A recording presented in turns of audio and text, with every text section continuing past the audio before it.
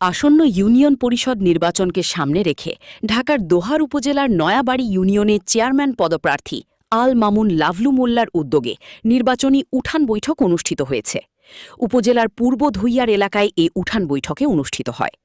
BNP নেতা মোন্নাফ দেওয়ানের সভাপতিত্বে ও যুবদল নেতা শাহিন মোল্লার সঞ্চালনায় উপস্থিত ছিলেন বিএনপি নেতা হাজি আলী আহমদ, হাজি মোন্নাফ মোল্লা, সাবেক মেম্বার ইব্রাহিম শিকদার, বিএনপি নেতা চুন্নু দেওয়ান, মতিঝিল থানা যুবদলের সাবেক সহসভাপতি আব্দুল আলীম নবাব, ফজল দেওয়ান, ইয়াসিন মোল্লা, শেখ মুকশেদ আলী সহ এলাকার গণ্যমান্য ব্যক্তিবর্গ।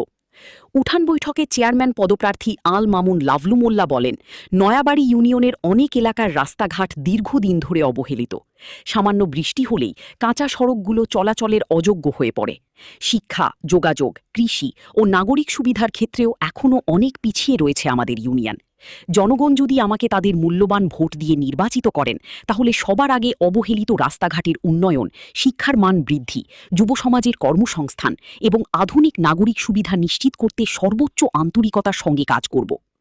আমি আপনাদের পাশে থাকব। আমি আপনাদের এই প্রতিশ্রুতি দিছি। আর একজন চেয়ারম্যান নির্বাচিত হয়, মূল শক্তি হলো জনগণের ভোট। আর জনগণই একজন চেয়ারম্যান ভোট দিয়ে নির্বাচিত করেন। আপনারাই হচ্ছেন সেই মূল হাতিয়ার, শক্তিশালী আপনাদের ভোট। যেই ভোট সিদ্ধান্ত দিতে পারে একজন চেয়ারম্যানকে সঠিক পথে আনার জন্য। জনগণই সকল ক্ষমতার উৎস।